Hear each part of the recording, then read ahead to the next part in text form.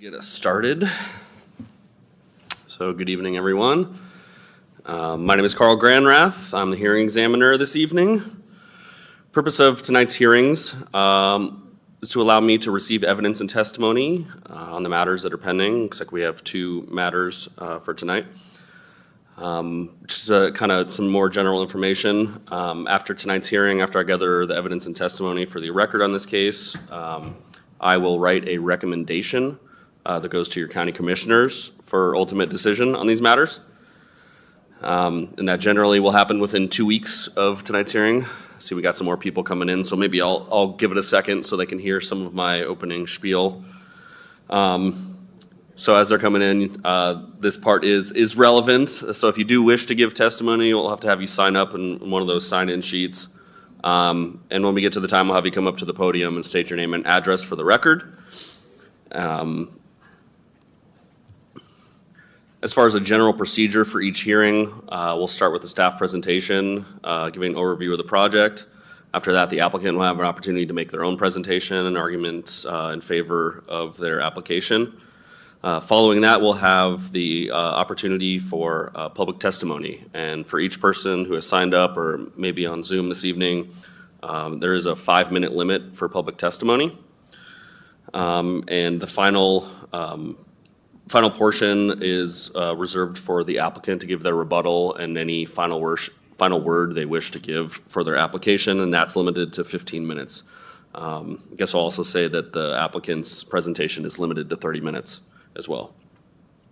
Another thing I'll ask is that when you do come up to the podium, any comments you have, make towards me, not anyone else who's in the crowd or here. And that's kind of our general procedure. I guess I'll go over for the couple of gentlemen that just came in real quick. My name is Carl Granrath. I'm the hearing examiner tonight for our two applications. Once the hearing is concluded, I have 2 weeks in which to write a recommendation that I will submit to staff, and they forward on to the county commissioners who ultimately have the decision-making authority for these applications. So that's the kind of general run of things. Any administrative matters or questions from anyone before we get started? Okay. Thank you, Reba. All right, so first up on our docket is variance 24-0008 Holmberg Cabin, and we have Justice McGeorge for the county. Good evening, Mr. Hearing Examiner. For the record, planner Justice McGeorge with Kootenai County Community Development. Yeah, here we have a request for a variance by Thomas Holmberg, the applicant and property owner, VAR 24-0008. The variance request is for the front yard setbacks, the rear yard setbacks, as well as expanding vertically into within the existing footprint of the shoreline management area. This is the aerial vicinity map, the star showing the general spot in the county of where the property is situated along the shoreline of Hayden Lake. It is within the City of Hayden area of city impact. As you can see in the photo to the bottom right, it is a through parcel. There is a public road that splits the parcel. Looking a little bit closer, it is actually, for tax purposes, it is taxed as one parcel. However, for land use purposes, it is 2 bona fide parcels. As you can see, the parcel highlighted fully in red, parcel 110, is the parcel that we are focused on. The next slide shows the portion of the parcel where the existing residence constructed according to assessor's records in 1948 is situated, which is along the lakeshore. Looking at the zoning map, it is zoned restricted residential. The bottom left shows the current code setbacks. The relevant ones that we are discussing are the front yard 25-foot setback, the rear yard 25-foot setback. There's also the 25-foot wide buffer for the shoreline management area. All other setbacks, side yards are met. Here is a Google Earth aerial image If you look straight down, you can kind of see in the shade the location of the existing structure situated to the right of the dock that you see. Taking a tour of the property, we see the public road on the right. The house is stepped below the road on the left behind that gate. The public right-of-way actually extends beyond the roadway, probably in the vicinity of where we see the gate, maybe a little bit further.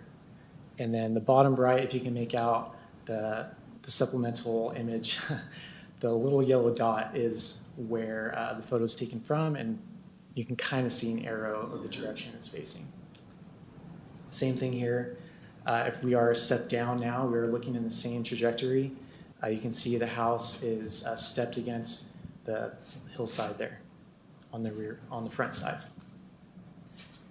Moving around to the lake side, we are still looking to the east, and you can clearly see there's not a lot of width between the lakeside and the cabin. Walking or moving around to the east side looking west, we can kind of see a view of the house from the lake. And then back on the west side, you can see the area that we're working with to expand the house. And that's looking toward the road. The request will be broken down into 3 main segments. Overall, the desire, the proposal is to fully reconstruct the dwelling. The difference being there will also be additional floor space on the ground level. There will also be an addition of a 2nd and 3rd floor. So broken down further, the variance request is specifically a 25-foot variance to the 25-foot front setback / right-of-way to establish a 0-foot setback to the edge of the public right-of-way, East Hayden Lake Road. The second component is a 5-foot 8-inch variance to the rear yard setback to establish a 19-foot 4-inch setback to the rear property line. The shoreline management area sort of mirrors the rear property line, so it's also a 5-foot 8-inch variance to the shoreline management area protection buffer to establish a 19-foot 4-inch setback. Here is the full site plan. You can see the proposed residence on the left and then the floor plans on the right. Here is the existing footprint of the house that's there today, highlighted in blue. It is depicted on the site plan, but the blue is just to help visualize what is there currently. Highlighted in red with that hatching is the proposed residence. On the site plan, it's just a solid bold line. So we're expanding to the west or the left, as well as a little bit closer to the right-of-way and vertically. So setback 1, 25-foot variance to the front setback. Here is a visual looking at the site plan further. This is the physical roadway. Here we can see the extent of the prescriptive right-of-way. So it extends 25 feet from the center line of the road. This is an important distinction because it's not to confuse. The setback is not to encroach within the public right-of-way, nor is it to have a 0-foot setback to the existing roadway. It's 0 foot to the right-of-way, which is beyond the roadway. Looking further, with that in mind, the setback line actually extends behind the existing residence and proposed residence. Looking at variance request 2, the 5-foot 8-inch variance to the rear yard setback. The blue solid line marks the rear property line. Again, it's a 25-foot width, so a portion of the proposed residence would extend into that as it currently does today. And the front yard setback actually overlaps with the rear yard setback. So there's essentially, in other words, negative building space. Setback 3, it'll mirror the rear yard setback. The distinction here, the reason why the floor plans are shown is because this is only to grant a variance to expand vertically, not horizontally any further than the existing residence already is. This is a visual of that shoreline management area. You can kind of see the area highlighted in blue extending to the right or to the east. The shoreline actually dips down to the south there, which is why it has a different trajectory for a portion of the rear than the rear yard setback. This is the existing residence that is within the SMA today, and this is what's proposed. So it's actually lessening the amount of floor area within the SMA.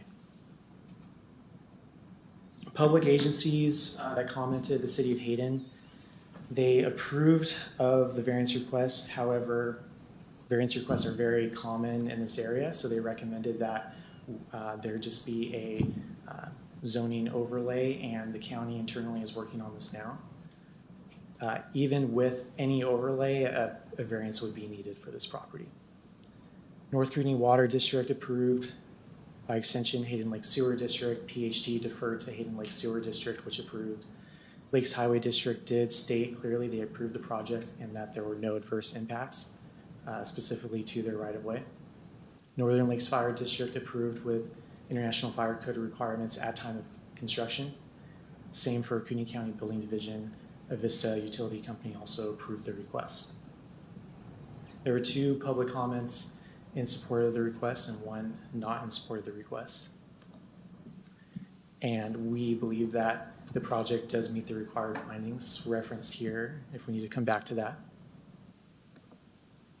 The community development does believe the applicant has met the required findings of a complete application. An undue hardship exists specifically based on the narrowness and shallowness of the site, and the request is not in conflict with the public. And so we recommend, with conditions of approval of the request. Here's the site plan once more, and I stand for any questions that you may have. Okay, thank you, Mr. McGeorge, for your thorough presentation. I think you answered a few of the questions I wanted to bring up. I guess this might be more for the applicant. And just kind of looking at the property, it looks like the new footprint is essentially still going to stay at the bottom level below the retaining wall. Do you know if that's true, or is that going to affect kind of the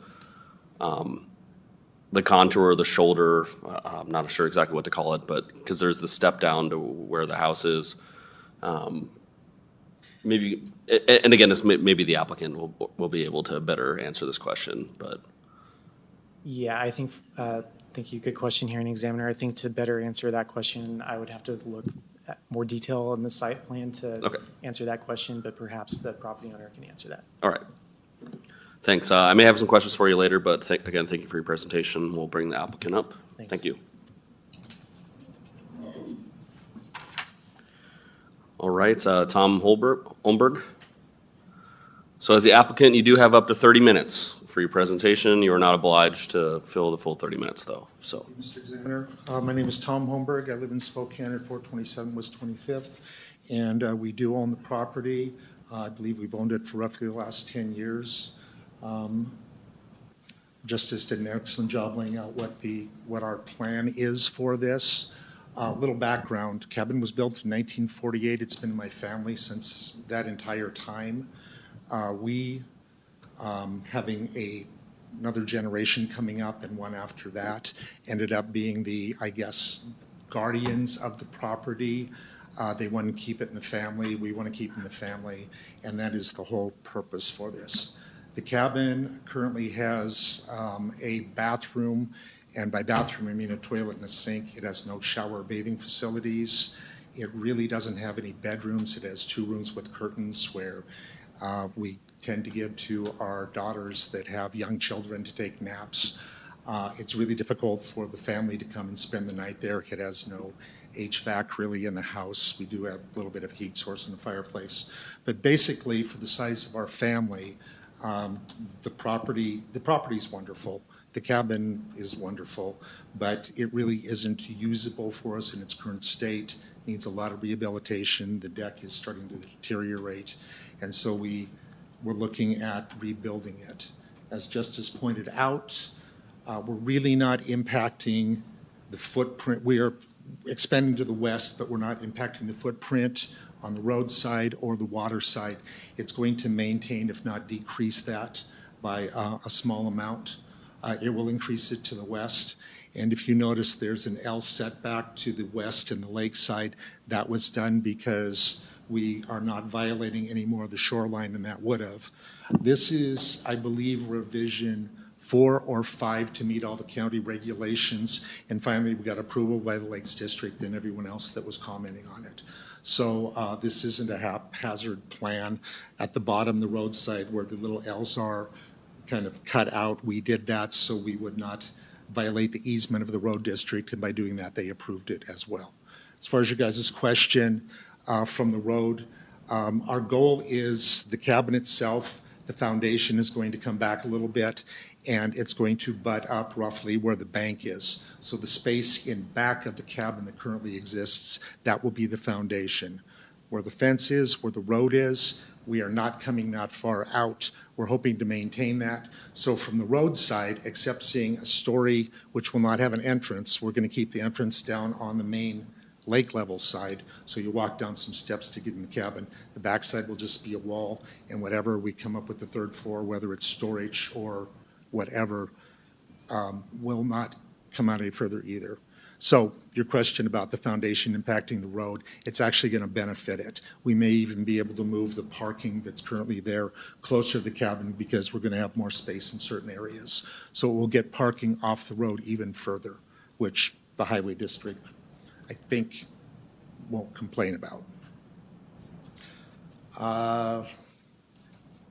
I just wanted to talk about, I think I covered my family and the reason we want to do it, to keep it in family and to be able to use it, to have my daughters from the west side and grandchildren come over and actually spend the night out there like I used to when I was a child. And like I said, we've been on the lake since 1948. We want to keep it in the family. We're very tied to the area, and we would hate to not be able to use it and have, you know, for lack of a better term, some from the out of the area come and do other things to it and have to not keep it anymore. So that's basically it. Just covered the technical aspects of it, and I hope I covered the emotional side of it, if there is such a thing. Yeah, and thank you. You got to my follow-up question about whether it was going to kind of affect the parking space or Should improve the parking. Okay, so that was going to be my follow-up question, so you beat me to it. Okay. I have no further questions for you. Oh, thank you. Thanks. All right, for our public comments, again, you have up to 5 minutes. So when you come on up to the mic, just state your name and address for the record, and then you have up to 5 minutes. Okay, they're both neutral, so I'll just go in the order I have them. Jeff Harvey.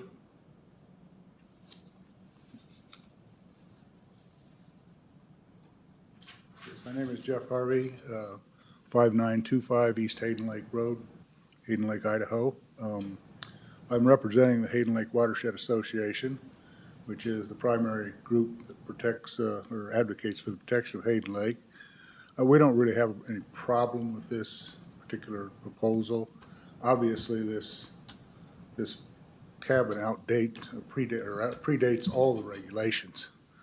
And it's not unusual for that stretch of the lake because there wasn't much room between the road. The road was the only thing that probably predated it. We're not against it. We would like to see as much preservation in the stream or the lake protection zone as possible. There is a retaining wall there, obviously, but any trees, anything that can be kept, reasonably kept, in the rebuild of it, we'd like to see kept, because that basically protects the lake. And that's all I have. Okay, thank you, sir.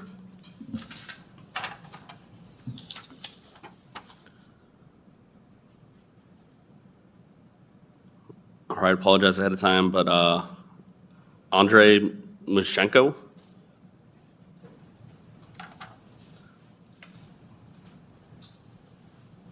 2848 East Upper Hayden Lake Road, Andrei Muzachenko.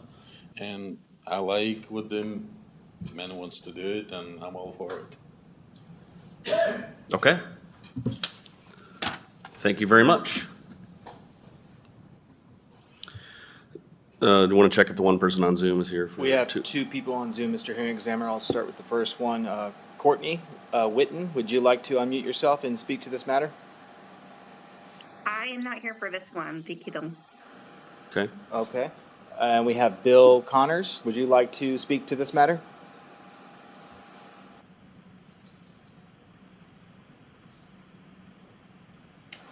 Bill, if you'd like to speak to this case, go ahead and unmute yourself and state your name for the record. No, thank you. Sounds good. All right. Thank you. We'll check again with you for the second matter we have tonight. But otherwise, I have no further questions. Anything else from staff? Okay. I will then close the public hearing for variance 24-0008 Holmberg Cabin, and we'll move on to our next matter. Thank you for coming and testifying, everyone.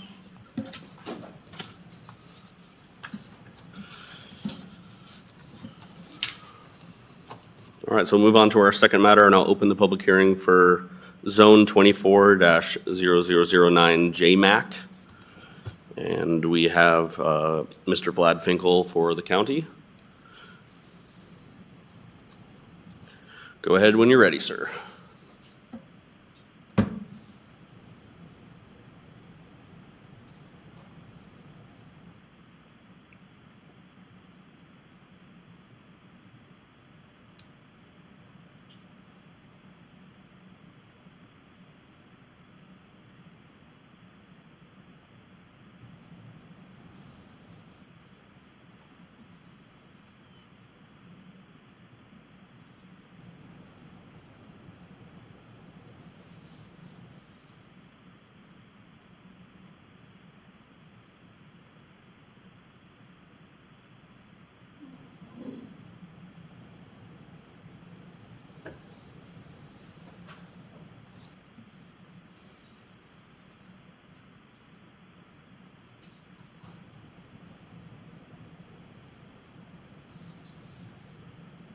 Good evening, Mr. Hearing Examiner. For the record, Vlad Finkel with Kootenai County Community Development. As you stated, this is a request for a zone change by JMAC Resources, Inc. The subject property comprises approximately 92.5 acres in size. It's 4 contiguous parcels of land that abut state line with Washington State.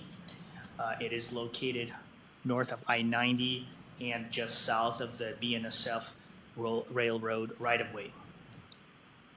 As you can see, based on the Google 3D aerial overlay, the subject property is fairly flat.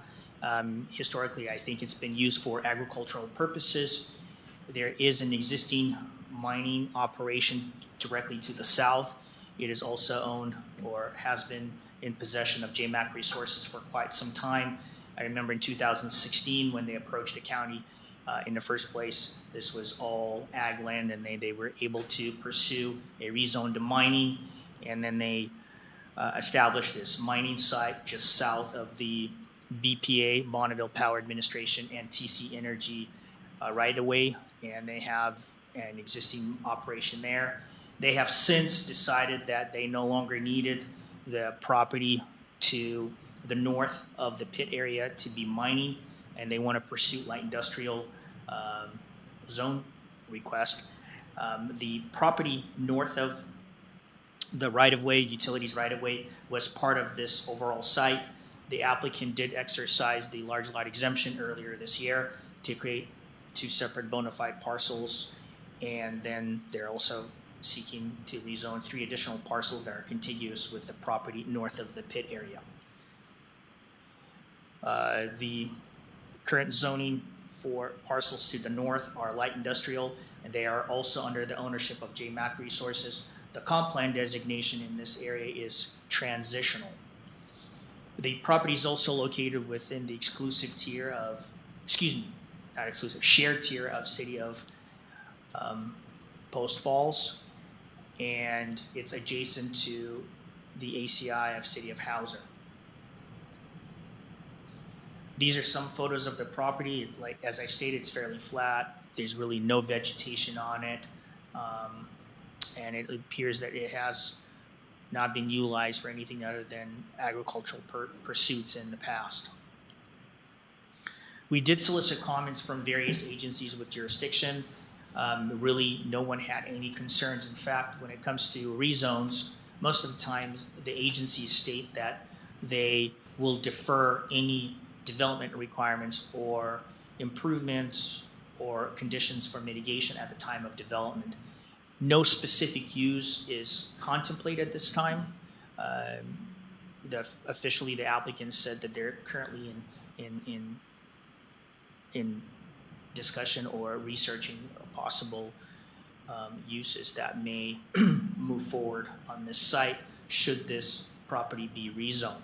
One of the comments that we did receive late in the process was from the Idaho Department of Lands. They did state, if we go back to the Google overlay map, they did state that the applicant currently has a reclamation plan that is encompassing this entire area, and that as they chose to decrease the size of the mining operations, at such time that they decide to reclaim the site, they will need to contact the state to modify their bonding requirements. So it's really a non-issue because they're decreasing the amount of impact. And we find that because, as you know, a zone change request cannot be conditioned unless it's going through a conditional zone development agreement, we find that that requirement will play itself out at such time that they move forward with the reclamation process. So during the public comment period, we received no comments on this matter. We did get a call from an individual questioning the requirements for legal notification. We did notify individuals within Idaho as well as in Washington State.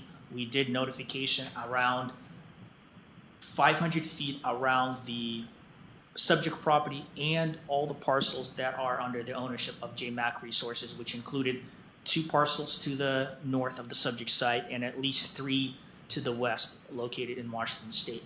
We find that based on review of our mailing list that was produced by our department for Idaho side, as well as the Spokane County GIS department providing notification, a list of owners to be notified that we have met the state requirements for legal notification. We also find that the proposal to rezone the subject property from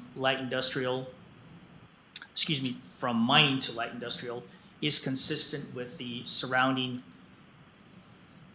zoning to the north. And we find that even though the city of Post Falls had stated their neutrality, they had raised potential concerns of having light industrial development without the use of municipal services and the likelihood of reduced annexation in the future. We find that we understand that concern, but we find that the subject site is located at least 1.5 miles from the city limits of Post Falls. We believe that annexation is not going to happen in the near future, and that the holdup of this property being rezoned at this time from mining to light industrial is really not something that should be considered by the hearing examiner. We find that the rezone to light industrial will fit well within the current zoning in the area, especially when they have no reason to mine north of the existing BPA and TC Energy rights-of-ways. For those reasons, we find that this application should be approved at this time.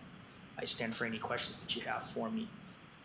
Okay, thank you, Mr. Finkel, for your presentation. I think I'll probably have more of my questions for the applicant, so Okay. thank you. All right, Cliff Trumbull for the applicant.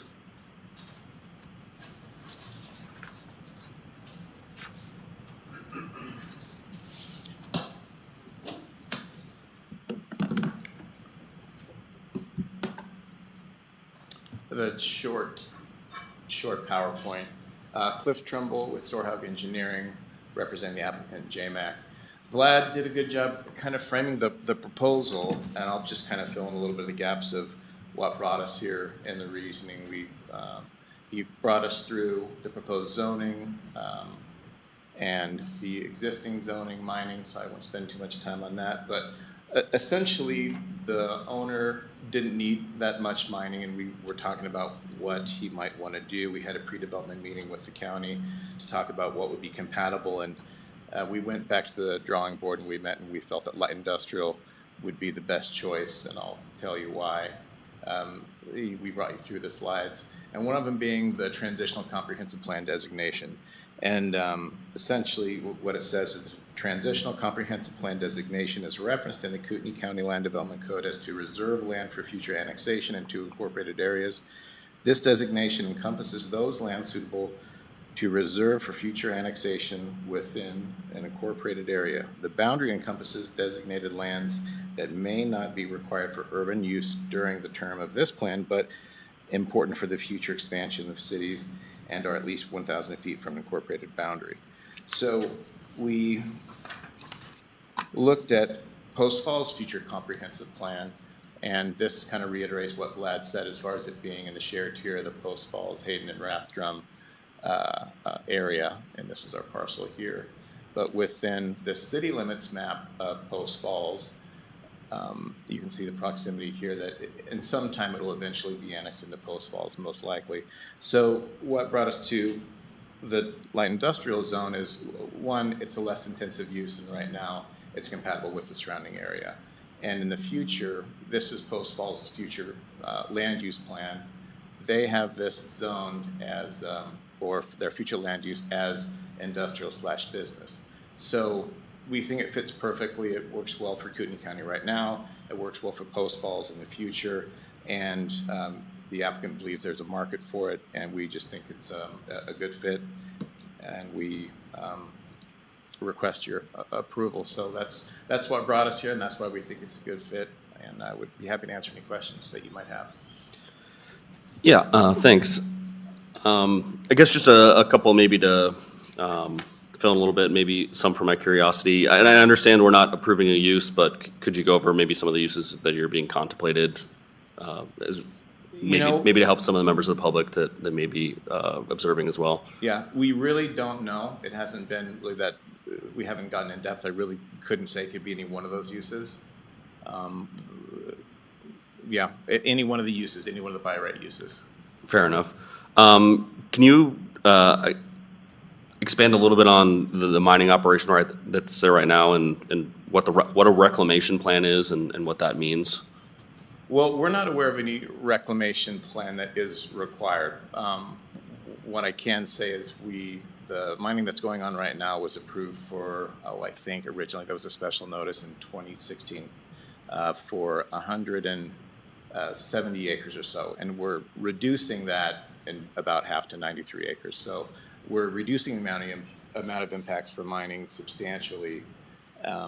I don't know what the reclamation plan is for that, but it will be less than just based off the fact that we're going to reduce the scope of the mining. Okay, yeah, I guess I was just a little unsure of what that comment from Department of Lands was about and how that related. I'm not sure either, but it'll be less now than what it was, than it is now, or than it was before, sorry.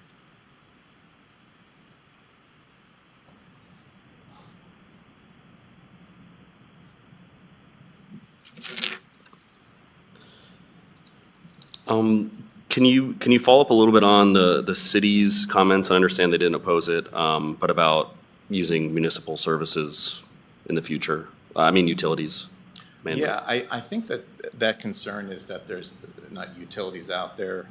So based on what's proposed in the future for one of those by right uses, they would be extended, accordingly based on that. But within the transitional plan, this is transitional comprehensive plan and the future land use plan. This area is slated to be industrial and business park anyway. So at the time of development and in the future, those development pays for development, and they would be extended accordingly at that time.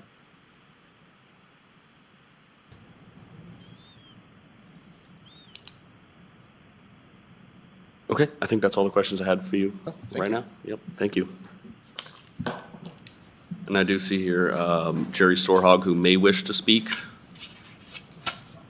Okay.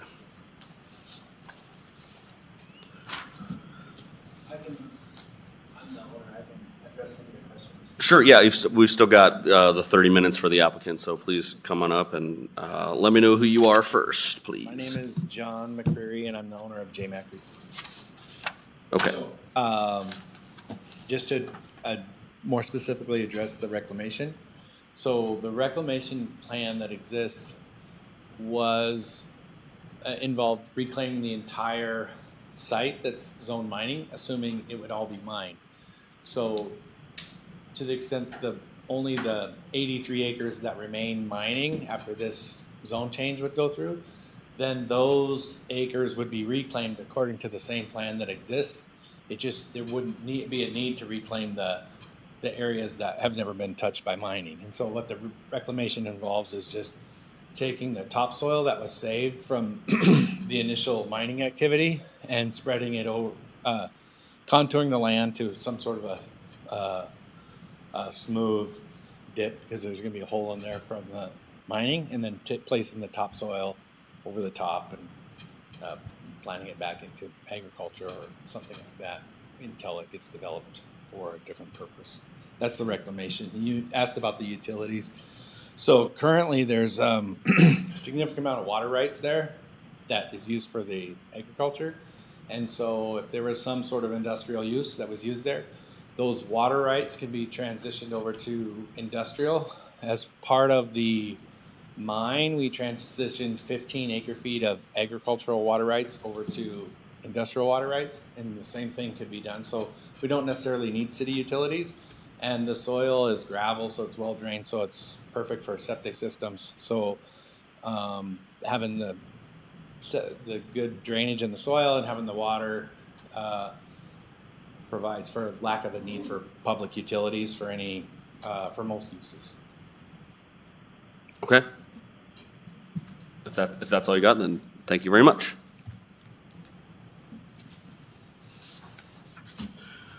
All right, I'll move us on to the public comment portion of tonight's hearing, and I am going to start with the people who are present here. And let me double check. We usually do in favor and neutral first, so I'm going to switch them around here. All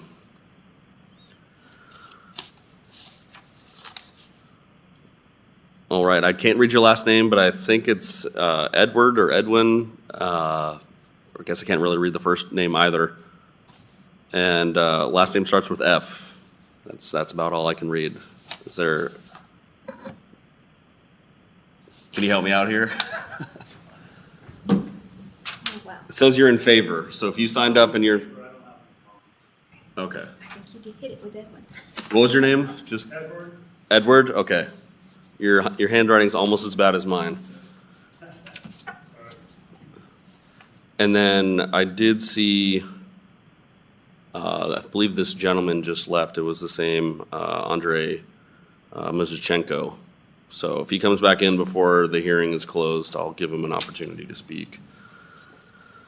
All right, so now we have the opposed, Steve Pointer.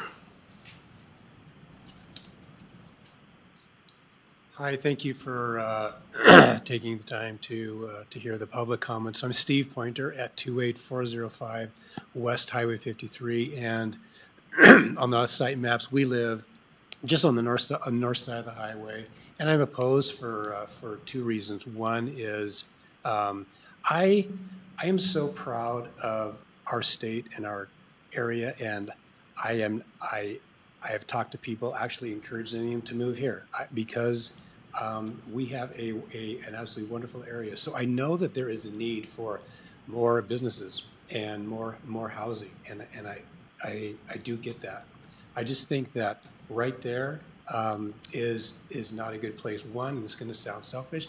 I don't want to. What I envision is, just west of Barker, there's the Spokane industrial park. So in kind of my envision, that's what I envision for that area. And I think when people are driving east on Trent and they're coming there and they see this "Welcome to Idaho" sign, so their vision is kind of traveling to the right, there's Welcome to Idaho, and right behind it is this industrial park. I just don't think that's the Idaho, and that's the Kootenai County that we want to represent our county. I do believe there is a need for space for businesses. I just don't think that is the business. That is the right space. My second reason is this is really elk habitat, and I know there's a lot of other land around there, but it is getting increasingly difficult for elk to migrate through that area. The Highway 53 itself is it is a constant danger. So an industrial area, or whatever it would be developed, is just kind of one more difficulty for those animals. And so those are really my 2 points of opposition. My third point is really not an opposition. It's just a reminder. Mr. Finkel's already pointed it out. Idaho Water Resources has said there is an existing water right. So our well that we have the water right for our fields, which are on the north side of the highway, and our residents, and the 2 residences just to the east of our house, that is our well, and we do have an easement, and I know that is recorded in the JMAC deed title to that land, and I know they know that. I just wouldn't want that to be ever overlooked. So, thank you. Okay, thank you, sir.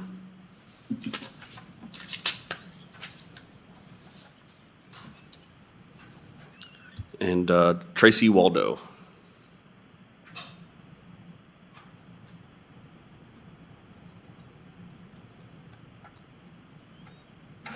Thank you. Tracy Waldo, 27769 West Highway 53, Hauser. And we live across and just a little bit down from the proposed and change to industrial. The elk come through our property, a whole herd of elk. They cross the road, they go over to the field. They sometimes come through their property, but usually our property. They go across there, they enjoy what is there. The mining that's going on now, it's nice because it's way back. It's way back from the highway, and so there's a nice amount of agricultural for this herd of elk. So I am opposed for that reason. And also, it's kind of selfish, but looking at industrial buildings, we've lived there a long time. My in-laws lived there for 22 years before we did. It's not going to look as nice, which I understand. You buy property, you do it to make money. I get that. I don't know if the applicant would consider zoning it back to agriculture. They likely would not. I'm sure they've got some investments and different things, but if they're not going to use it for mining, it would be nice. They may or may not do that, but so I would say my main would be the elk. They're there probably about 2/3 of the year. They're not there in the summer. They come almost every day. They cross in the night and they come back at dusk if they can, because oftentimes there's a train and they hang out over there. They stay over there. Oftentimes they cannot get back. And they bed down. I don't remember how many elk my husband counted this year, but it was probably about 30, maybe more.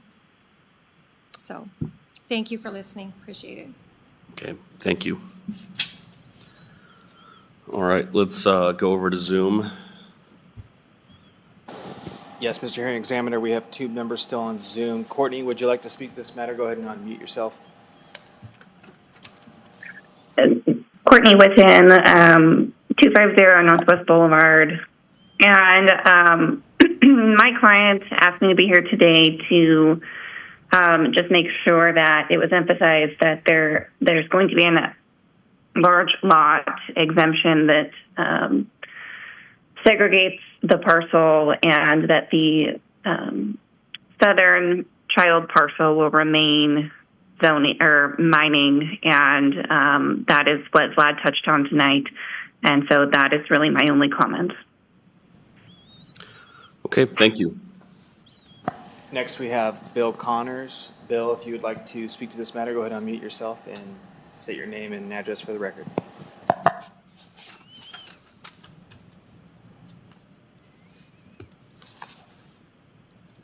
No comments. Thank you.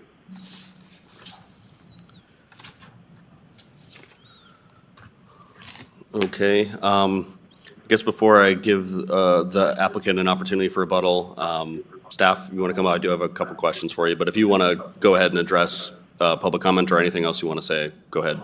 I did want to clarify one point regarding the reclamation plan, and just want to speak to address what Mr. McCrary said, is that in speaking with Mike Amer, who's the supervisor for the Idaho Department of Lands, the applicant does have a bond for a substantial amount of money for the reclamation of that entire property that's zoned mining today. With the reduction of acreage, that bond would be substantially decreased. So actually, it's in the applicant's best interest to approach IDL, Idaho Department of Lands, to modify that reclamation bond and that plan. Had it been the other way, where the bond needed to increase, staff would have required that that be addressed during the review process, because otherwise we would not be able to condition a zone change. So because it's the other way around, where it's in the best interest for the applicant to reduce it on their own behalf, to have those funds be remitted back to them, we don't find that to be problematic to move forward with that reclamation process. Okay, we'll come back up. I do have a couple questions for you, Mr. Finkel. I guess just to maybe, as best we can at this juncture, considering it's a zone change, would there be design standards for industrial development? And can you just speak to that a little bit, how that might be addressed when it comes to actual application for development? So if I'm not mistaken, under the light industrial zone, there are specifically by right permitted uses, as well as those that can be conditionally approved and through a special notice permit. But more than that, there are specific design standards, I believe under Article 8.4.1304 and 8.4.1305, that specifically address air quality requirements, noise requirements, lighting, and other specific design standards that are implemented for a light industrial type of development. So it has specific sideboards that the applicant would have to apply or comply with. And moreover, we find that I wanted to actually add to my original presentation is that I want to reiterate that the property to the north that JMAC Resources owns is approximately 140 acres, comprising of 2 parcels. And so this would be, if you will, a progression of expanding on the light industrial zone with these 4 additional parcels that total 92 acres. So it's approximately a little bit more than half of the acreage of what's currently to the north zoned light industrial. So it's not an island of light industrial zone. It's actually going to be abutting an existing light industrial property to the north. Okay, thank you. Does today develop in a manner that is compliant and consistent with light industrial regulations. Okay, thank you. And is there anything you can comment on with when and how wildlife on the property will be assessed? Unfortunately, I don't have that information for you. I don't believe we solicited comments from the Idaho Department of Fish and Game, but if we were to process a building permit, perhaps at that point we would solicit comments from them. But typically, I don't know about light industrial projects, but when it comes to subdivisions and development, they require some sort of regulations in terms of wildlife-friendly fencing, as well as storage of garbage and so forth, so that it detracts wildlife from coming in and being part of that area. Okay. Mr. Callahan, sir. Mr. Hearing Examiner David Callahan, Community Development Director. It's also true that any conditional use permit we might process on this property would be referred out to all the agencies, including Fish, Wildlife, and others. And so any potential wildlife issues there may be could be addressed through that process. And I guess I'll just say again, I mean, technically these parcels are all zoned to mining right now, so the entire parcel right now could be mined to the Yes. same intensity that the southern portions are. And as a general rule, mining is more intense and more impactful than light industrial. Unfortunately, just to add, I don't necessarily know if it would be physically feasible to do that because the northern part is separated by the TC Energy as well as BPA rights of way. So in essence, they would have to start a brand new mining operation to the north of that, of those rights of ways. They couldn't have a contiguous development of that mining operation that currently exists on the southern end of the property. But there's no restrictions on the area necessarily, just realities of constraints of Correct. right Of away. mining regulations in terms of setbacks and so on. Okay. All right, thanks. Would the applicant like, you have up to 15 minutes for any rebuttal comment or testimony you would like to give. I don't think we have a lot. I mean, David and Vlad kind of covered, some of the things as far as if there's any, future impacts. That we haven't seen anything from DOE or Department of Fish and Wildlife to indicate that there's a greenware wildlife corridor, and any conditional use permit in the future, would cover that. This is kind of more for the compatibility, I think that kind of covers that. As far as for the gentleman that was talking about the kind of the view shed for entering the city, and I can sympathize. We want everything to be pretty, but this is on the edge of the county and on the urban fringe of Post Falls, where that's just kind of where it goes. That's where light industrial should go, and this is their future land use map for Post Falls. So this is where they think it should go to, as opposed to in the downtown area. So if not here, where? That's all I would say about that. So thank you for your time.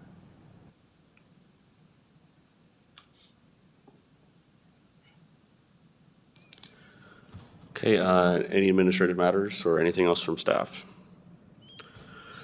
Okay, I'll repeat one last time before I close the hearing that I'll take the record and the testimony and everything in the file I've reviewed, and within 2 weeks I will send my written recommendation that'll go in front of your county commissioners for ultimate decision on this. So with that, and there's nothing else, I will close the hearing for Zone 24-0009 JMAC. Thank you all for coming. Have a good night.